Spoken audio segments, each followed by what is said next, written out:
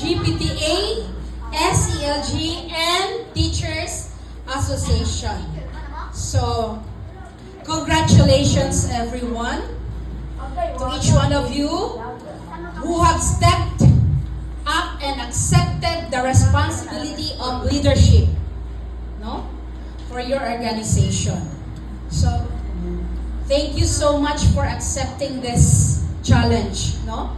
This is a new responsibility to you, no? Alam ko, yung sa mga student, yung responsibility lang ninyo sa pag-aaral. Pero ngayon, iba na, no? Mga bata. So, kayo ngayon yung tinitingala ng paaralan, ng mga bata sa paaralan. So, you should be a good model to them, ha? Mga bata.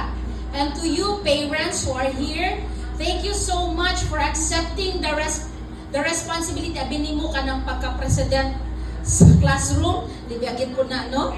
Kaya kamo biyagin na ang partner. You are the partner of your teacher. So, inside the school. So, kamo ang magpahibalukod sa ilaha, kung sa man ang atong mga namitingan, di ba? Kamo po ang mag-explain sa inyong mga kaubang parents. So, kung sa ang maayong mga activities sa school.